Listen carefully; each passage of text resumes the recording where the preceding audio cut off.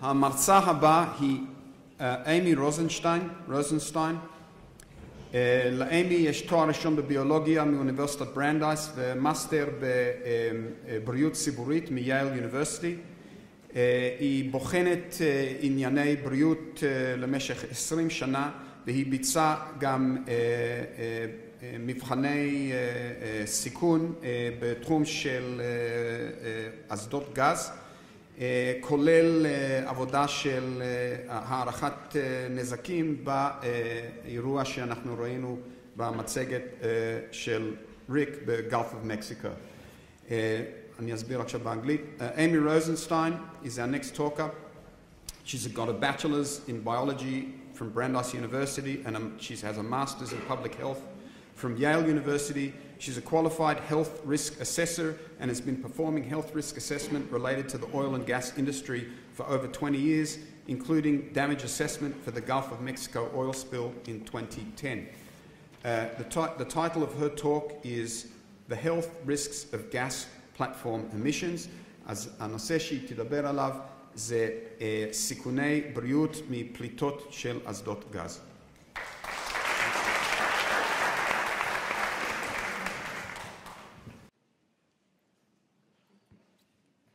Thank you, Mike. I wanted to just introduce myself just a bit more. I have been working for many years in oil and gas risk assessment, and I have a lot of experience in air quality and water quality risks. The Master's of Public Health is a degree where I have knowledge in exposure assessment, toxicology, and medical issues that arise from exposures, environmental exposures. I was asked to do a health assessment of the emissions from the proposed 10-kilometer platform, and I used available documents, and as we heard from Dr. Brodai, there has been limited information provided by the company. So my risk assessment depends quite heavily on the model that was just presented, the air model. So let me go forward. So I want to just quickly review what is health risk assessment. First, we have to define what are the emissions. The air and water, as we've heard, the air has volatile compounds, metals, priority pollutants, and other contaminants. And the water emissions are produced water and condensate containing a large list of chemicals. Then, what the emissions are is not what actually people are exposed to. What we need to look at is what are their concentrations at the shoreline. So I put here, we're talking primarily about air. In this health assessment, we have not done a water dispersion model. So those water risks I'll talk about in general terms. And finally, the final step of a health assessment is to talk about the health effects that are associated with those levels that would occur on the shoreline. And I'm not going to, because Dr. Brodai did such a good job reviewing the air quality model, I'm going to quickly go through this. And of course, there's normal operations with these continuous or intermittent, the cold vents emissions, and then there's failures, which we didn't talk about at all, when the exposures will be quite a lot higher than that. And this is just a graphic. It comes from onshore gas processing, which is not necessarily exactly the same as the offshore gas. The types of chemicals that are emitted vary from well to well. It depends on the composition of the gas. And so this is just sort of an overall list of the types of chemicals that can be emitted. So for the air concentrations at shoreline, we could get information from currently operating gas plants, but as we have heard, there are no currently operating plants with the proposed design. And onshore emissions are similar, as I said, but we're not sure exactly how similar they are. And I'm not going to, the second part of this is a review of the air model, which we just heard about. So the air model just only, at this point, we have only looked at benzene emissions. Benzene is a good representative air pollutant to look at because it is one of the most potent carcinogens. It can be used as representative of all the other VOCs, and it's a conservative estimate of risks because it is so potent. And basically, this is a screening level health assessment. It's not a full health assessment. That is what we are hoping to request from the company, is a full health assessment of all air and water emissions. This is basically a starting point because this uses the highest single-day concentration of benzene and only benzene. The other emissions may also have other types of health effects that are not quantified, but I will talk about these in general terms. So basically, when I give numbers for the risk, as I will in a couple slides, that is just the sort of smallest estimate for the time being until we get better numbers.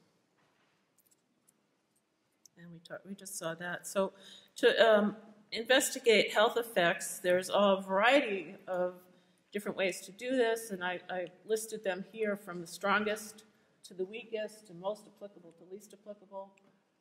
The best thing would be if we actually had human health studies for offshore natural gas operations. There's very few of these, but there are health studies of natural gas compounds from onshore operations. Especially right now in the United States, there's been a big boom of onshore gas extraction, which is called fracking. And some of these sites are right in the middle of residential areas, so there's been a lot of concern about the health effects. And there's a lot of studies going on about that right now.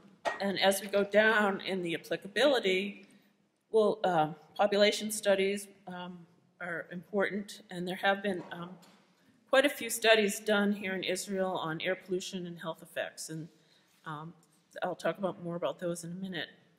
And worker studies with exposures to similar compounds. And as we go down, toxicology studies with lab animals. And sometimes when we're doing a health assessment, that's the only data we have. We have to extrapolate from animals to humans. It's still important and good data to look at. And finally, a qualitative hazard assessment. When you have no information, you can do a qualitative assessment. So again, benzene is a known carcinogen. This is the toxicological evidence. And other chemicals that are emitted can also be cancer-causing. Other chemicals that are emitted cause other effects.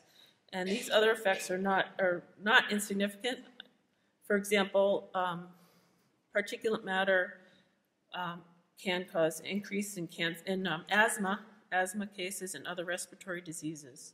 And some of these studies of the onshore gas in the U.S. have shown some impacts on prenatal effects and some effects on other sensitive populations such as children. So this is a very important thing to consider. In this slide I show some very basic health effects that are associated with some of the chemicals. It is in no way a complete list. It's just to show that there are so many different possible endpoints that need to be evaluated that have not yet been evaluated. So in the next slide, I do a summary of the results. And I want to put this in context. The incremental cancer risks, incremental means additional. So you have a baseline health risk. We all face cancer risks in our day-to-day lives because of our industrial society and our choices. Our choice of filling up our gas at the gas station means that we have some exposure at the gas station. So basically, what I said before is that we only predicted the risks for benzene in air on a single day, and I had called it upset conditions. It is not really based on the previous talk. It's something that happens all the time, all year long. So the estimated cancer risks are an incremental of 1 in 100,000 to 5 in 100,000 for the highest single condition day. That's a risk. It's a probability, and it doesn't mean that somebody standing on the beach is definitely going to get that cancer. It's just an increased risk.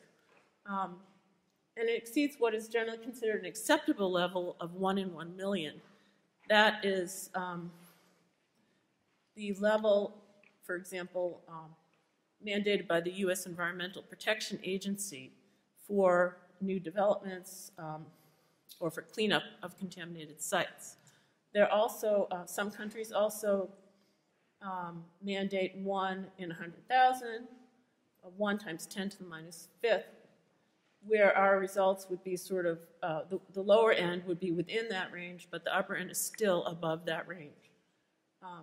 So even so, whatever, if you pick 1 in a million or 1 in 100,000, we still might have a problem here. So again, these risks are an estimate of a single day. You know, we don't know how many days per year this concentration might occur, and how, what about over the 30 or 40 years of the platform existence? The risks are going to be incrementally higher. And again, they're not comparable to baseline risk, I feel, because they're imposed upon a population, and there are alternatives, and it's important that we look at the alternatives. Again, other chemicals are emitted to air in addition to benzene, so that these are a low end of the risks that may occur.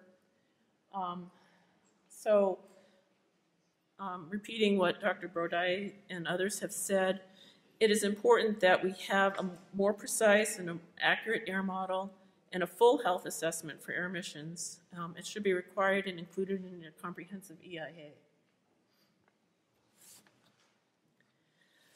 Now, for water emissions, it was difficult to figure out how to do a risk assessment because even though we might have some concentration in the condensate and produced water, we don't know how much is going to be produced or how it is, if and how it is going to be treated. The water emissions will vary significantly day to day and due to accidents.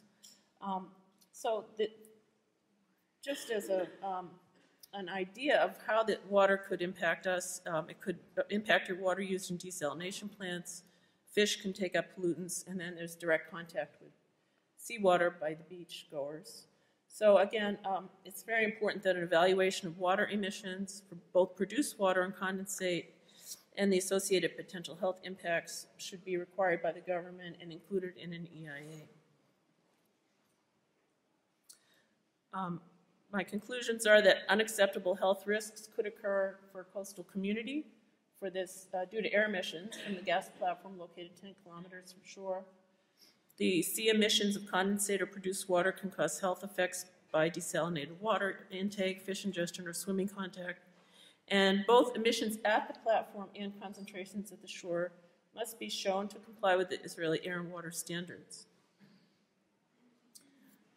Even these partial results show an unacceptable incremental health risk level, and they should not be imposed upon the coastal population when alternatives are available.